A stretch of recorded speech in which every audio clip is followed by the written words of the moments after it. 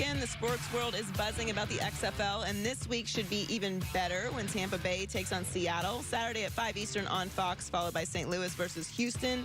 Sunday at 6 Eastern on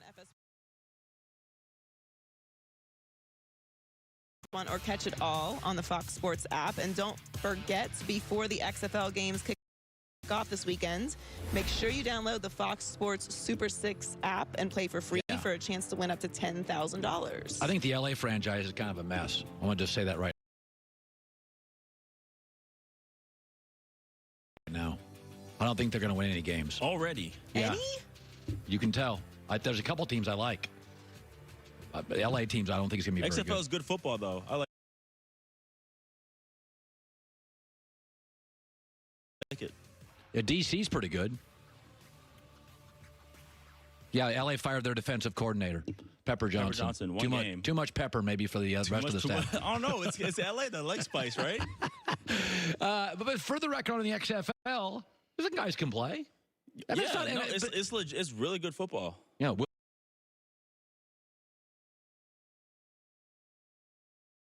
Blackman is joining me. 10 NFL seasons, a Super Bowl champ with the Giants, and now he's in the wine business. I screwed up last night. You slid into my DMs and asked me about... I didn't slide. I asked you a question. You asked me a question, which was... I said, what kind of wine do you like? And I thought I put Pinot Noir, and I put Pink Noir. So I said, rosé? And you I'm said, like, no, Oregon Pinots. Like, duh. And then I'm like, I just read 5 minutes ago, and I'm like, oh, I did put Pink Noir. My problem is I'd had a couple of glasses of Pinot Noir, so I couldn't see straight. Yeah, I was at the shop. I was going to shop for you, and then you took too long. You were what shop? You're at the wine shop, yeah. Man. Do you drink rosé? No, but why by not? the way, I've had rosé. It's but not why not though? Because I like Pinots. Okay. I'm a guy that goes back to the same thing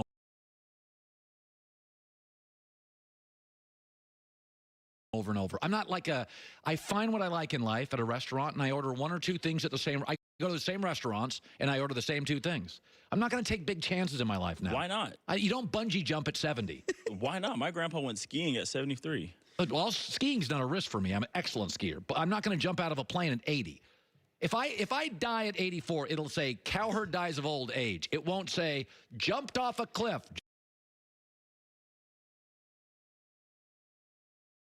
just to have a good time. Cowherd dies.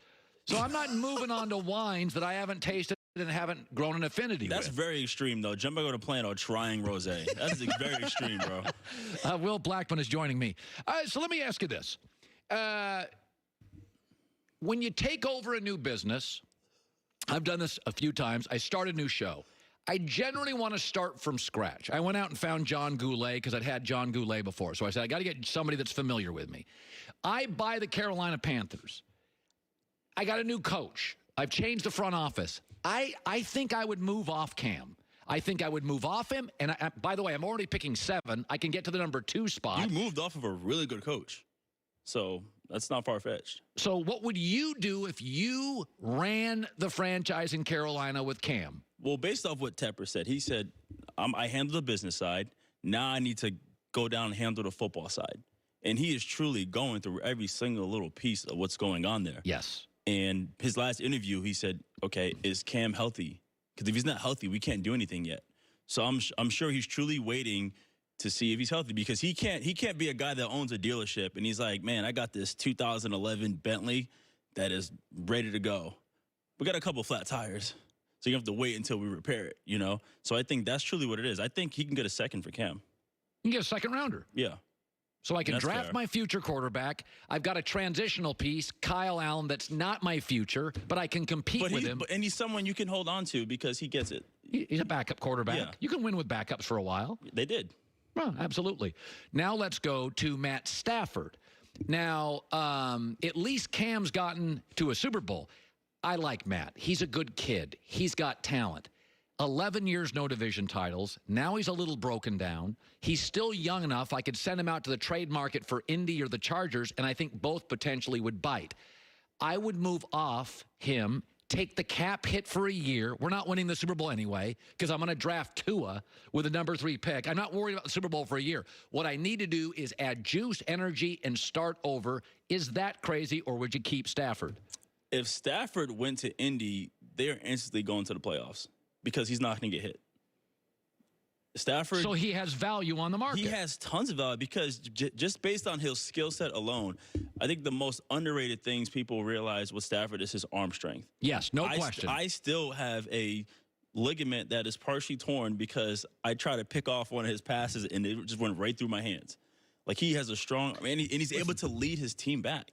But Will, I've always said this. When the Colts moved off Peyton, when you get a divorce, you have to realize, as a man, I'll speak as a man, when you get a divorce, my ex-wife is going to find happiness elsewhere. I've got to come to terms with that and not worry about it. Denver, Indianapolis had to realize Peyton's going to leave us, and he's going to win for a while, but we're going to move on to Luck. Green Bay moves off Favre. Brett's going to be able to beat us for the next couple of years as we go to Rodgers. Right. When you move off somebody, the only way to move off a player with value is he's going to win somewhere else. You got to come to terms. But you also better have a plan. And Tua's my plan because Tua's not going one. So I love Tua as a plan. I'm just saying. Yeah, I like that too. If I could take Tua and say, listen, I'm going to move Stafford. I'm going to trade him. But there's so many parts with Detroit where it's like they're not far off. Oh, you really think that? I think, yeah. In the NFC? In the NFC, I don't think they're far off because, one, when's the last time they had a 1,000-yard rusher? Reggie Bush? Was that like 13? Was they going to have one now? You got to find. You got to get something like that. You got to get something there that's going to. Once again, he has enough talent where he has plenty of talent where he needs something complimentary around him. You know, when Marvin Jones came back, they will lighten it up until Marvin Jones got injured. You know, they still have Kenny Golladay, a great receiver. They got to get just more pieces of the offense around him. Find a way to protect him. They're not when they have a franchise quarterback like you said. He's still young, and he's still able to do all these things. He can throw for 4,000 yards in his sleep. I guess my take on Cam and Stafford is they have market value. They will win elsewhere. I don't deny it with the right fit. Yeah. But I need to start over. I need new juice. Right. I'm 11 years in with Matt Stafford, and I don't have a division title, and I don't have a playoff win. Yeah, Detroit is an interesting and yet confusing organization because you don't know. At least with Tepper, that he's telling you what we're doing. Oh, I know. Listen, Tepper's going to win games. I think he's going to offend some people, but he's going to win games because he's honest. He's brutal. He's cutthroat. Bottom line, super bright. He's running his football team like he ran his hedge fund. He's going to make decisions. Huh? Give me another quarterback. Dak, what do? You pay him. All right. How much? 35. That's fair. 36. Yeah. I mean, I wouldn't pay him that much. Why can't I franchise tag him for 1 year? Because I believe he deserves the contract. Oh, deserves? Yeah. Deserves gets a lot of GMs fired. Is he special? He's a franchise quarterback. All right. So is he better than Andy Dalton? He's better than Andy Dalton. Is he better than Matt Ryan? He's not better than Matt Ryan. Is he better than Kirk Cousins? That's debatable. Okay. So $35 million for Kirk Cousins, and you'd be comfortable with that. If I had a turnkey situation like Minnesota and like Dallas does, yeah, Dak is good. Kirk Cousins is good for that. All right. Just come in here and don't mess it up. Well, that's not very willful and aspirational. It's not willful and aspirations, but that's why I look at don't mess it up. For example, you can't win in Super Bowls on don't mess it up. Well, for example, Minnesota thought they were one quarterback away, so they go get Kirk. As in, come in here and get us to where we need to be because we have everything in place. Dallas, they felt like they had things in place, and they needed someone to come here and as a head coach to get us to where we need to go because we have a lot of the pieces here. So you think McCarthy and Dak is capable of getting to a conference championship? I believe so. All right, then by the way, you should pay him if you believe that. Yeah. Because if you think about, forget the Super Bowl. If you believe your quarterback, this is every quarterback in the league, do you believe your quarterback can get to the conference championship? I didn't say win it. Yeah. If your quarterback can get to I 100% believe Dak to be the quarterback to get Dallas that should be the line. Yeah. Because once you get to the conference championship, you're facing Brady's and Rodgers. You're facing Russell Wilson, Mahomes. You know, that really is the baseline to all this. It is. It should if be. you believe your quarterback with the current construct of your coaching staff can get to a conference championship. Yeah, division title is not enough now. It's not enough. Deshaun Watson now, He's going to win the South pretty much. Ever since Andrew Luck left, he's going to win the South a lot. So Dak and McCarthy to you can get, then pay him. Yep. That's fair. What do you make of it? I can't believe this is a story. So years ago, when Will Blackmon's joining us, so years ago when Tim Tebow got hot, and I was at the other place, and I think I was the only on-air person of note in America during a 7-game winning streak that said, I just said, this is not, he's winning, but I'm not building around Tim. He's a good football player. He is a good football player. It's not sustainable. There's a difference between can he win Sunday and are you going to build around him? So all of a sudden, I never even thought of Taysom Hill as a starting quarterback. I mean, he's a good kid. I think he's a more athletic Tim Tebow. He ran a 4.45. Tebow ran a 4.7. He's a more athletic Tebow with a better throwing motion. I think he can win on Sunday. Taysom Hill can win on Sunday. But in all the years he's been in New Orleans, he's attempted 15 passes. Pretty much sums up what they think of his throwing. He's blocking punts. He is a great athlete. I never thought of him really as a franchise quarterback. I think of him as a more athletic Tebow, and I always said about Tebow, love to have him on my roster. I'm just not building around him. So there's this belief that if Breeze retired, I would go with Teddy Bridgewater. I wouldn't even think twice about it. Right. There's a lot of people out there saying, you know, the special teams coach said he throws a better ball than Lamar Jackson. Do you as a football player see Taysom Hill as a franchise quarterback? No. Neither do I. I never seen anything that will let me believe that. That's exactly what I think. He's a guy who's going to play 10 years because he has value. And I would pay him. By the way, I would love to have him on my roster. I give him some kind of like a Matt Slater type of deal. Even more. Because I think he can score touchdowns. Matt can block a punt. Right. You know, there are guys in this league. I think the mistake we make, Will, is we confuse he could win a game Sunday with I'm building around him. The infrastructure for Taysom Hill you'd have to have this quirky offense. It just wouldn't work. So he's not as hyper athletic as Lamar, and he can't throw nearly as well as the top 12 quarterbacks in the league. I don't get the story here. Yeah, because he wasn't healthy in college. I think he got a medical red shirt in order to keep playing, and then I haven't seen any full preseason games of him. By the way, he's going to have to go somewhere and win his job. I could be wrong here. Let me look this up real quick. Hold on 1 second. Sorry, what's up? He's going to turn 30. He's going to turn 30. Okay. So ask yourself, in the history of comedy, one stand-up comedian was a late bloomer. One, Rodney Dangerfield. Everybody else by 16, 18, 22. What about Sinbad? No, he was good and young. Was he young? Okay. Dangerfield's the only. Generally, if you look at in tech, nobody's a late bloomer in tech. The people that are great at 12, 18, Bill Gates, 16, you can't be 30 and nobody has said, let's make him a franchise quarterback. It's not a position you can be. Quarterbacks aren't late bloomers. I just don't see it. Finally, Tom Brady, your Tom today. What do you do? I am staying with New England. And we look at Tom Brady and you're like, okay, what's the incentive, right? He's done everything. Right. If there's one thing that would motivate Tom is because there are only two organizations that have 6 Super Bowls, right? Patriots and Steelers. Maybe he wants 7. You stay and get 7. Otherwise, you go home. That's what. Here's my Brady pie: 70% New England, 25% Nashville because he would have fun and he has struggled having fun. Retirement surprise team. 1% retirement? Yeah, I mean 1%. He just says, "I'm done with this, guys. I don't trust New England. I've taken a beating." He's in Costa Rica with his wife and kids, and is like, you know what? I don't miss it. I'm out. What do you think retirement's at? I think it's higher than that. Higher as in? I think like 25. You think? Yeah, I think it's 75-25. 75 New England, 25 retirement. I can see him going to Costa Rica and just saying, you know what? We don't show any indication we're going to draft a tight end or wide receivers, and I'm out. I can see it, but I just have it a smaller percentage. Yeah, if I'm him, I'm waiting to see what happens during preseason. Do I get weapons? He just needs offensive weapons. Well, all you have to wait for is the draft. You don't have to wait for preseason. But by that time, listen, New England's got to thread the needle here. Because bottom line, if they want him, they have to pay him by March 18th, or it's a much bigger cap hit. So they have to thread the needle on this, and I don't think it's going to happen. Look, it's funny here. Tom can really screw over the Patriots. Tom can basically. Why would he? Well, I'm not saying he would, but Tom's got a lot of leverage here. They don't have anybody in-house who can win a lot of games. That's very true. You know? Will Blackmon, good seeing you. Yeah, always. A pleasure. Yeah. Yeah. I like when you come in your life. Yeah, among other things. David Bruce, Pinot Noir. Fantastic. What is that? David Bruce. Pinot Noir. Yeah. Where's that from? Santa Cruz Mountains. Oh, yo, He love was those. I hike those regularly. his wine was in the 1976 Judgment of Paris. Ooh. Finished top 10 out of 20. It's a sleeper. It's Sleeper not a draft It's pick. legit, dude. Enjoy it with the news. No. Turn on the news.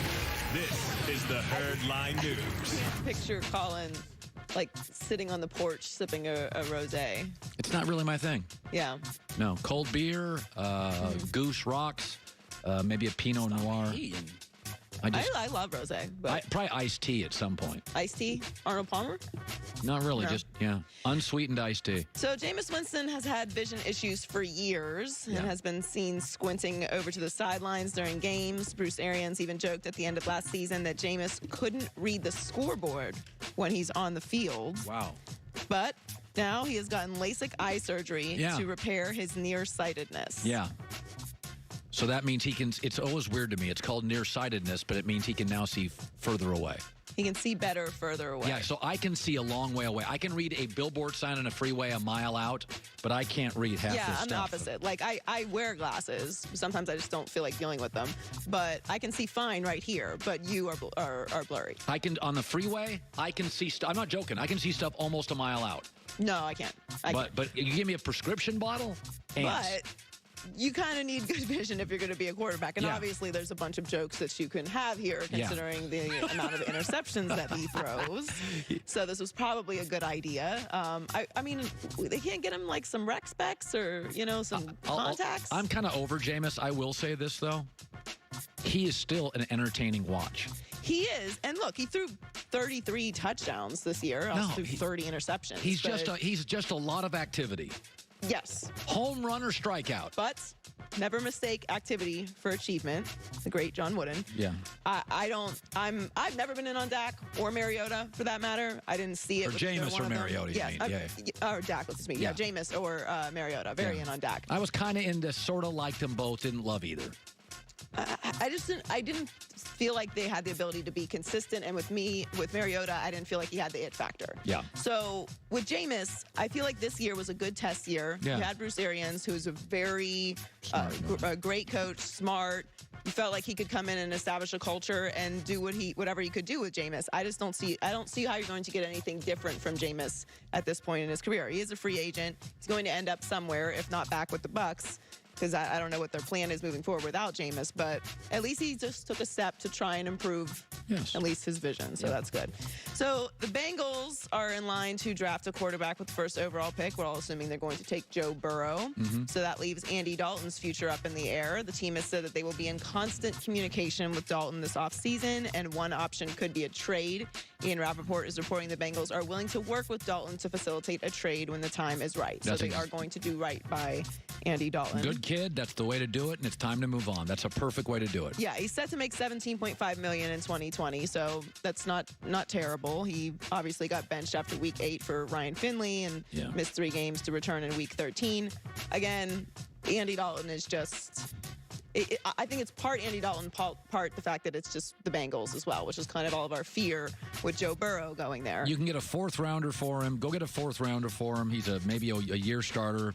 You know, your Jacksonville. Not Jacksonville. Jacksonville's stuck. They're stuck with Nick Foles, and they have Gardner Minshew. So that's what I'm saying. Nice. I don't know where does he end up is the question.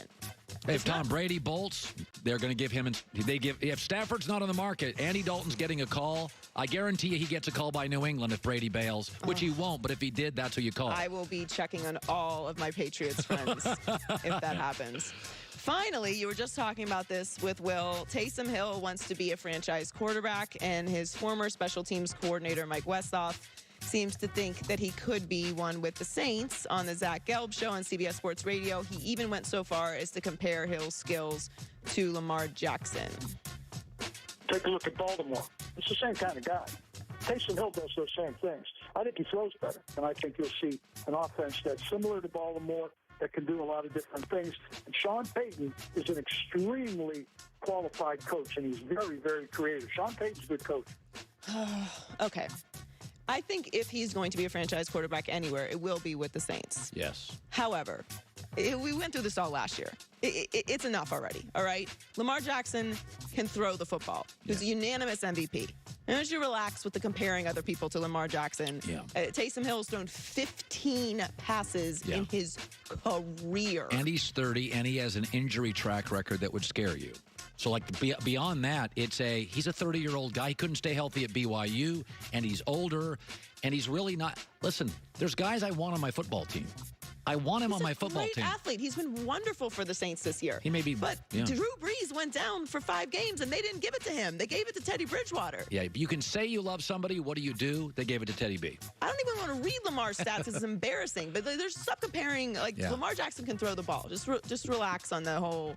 He doesn't throw the ball that well. We know what Lamar Jackson is at this point, and this is why this narrative about doubting Lamar Jackson continues. It's silliness. He threw the ball 15 times in his career. Listen, we all like Taysom Hill, and I do think he would end up being in a great position with the Saints. But other than with the Saints, I don't know if he ends up being a franchise quarterback somewhere. There's too much talent coming into the league. Way too much. Too much talent that are athletic coming into the league. And they're 23, not 30.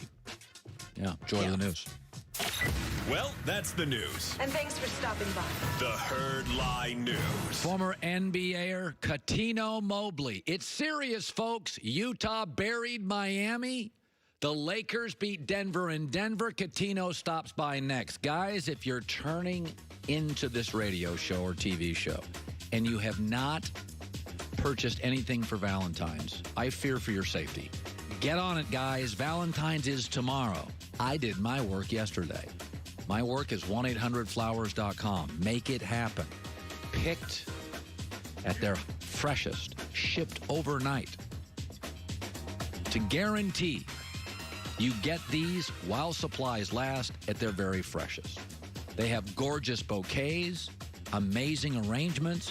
You pick the delivery date, but you've waited so long, you only have one delivery date. Tomorrow, to order beautiful and vibrant Valentine's bouquets and arrangements. Go to 1-800-Flowers.com and put in the code HERD.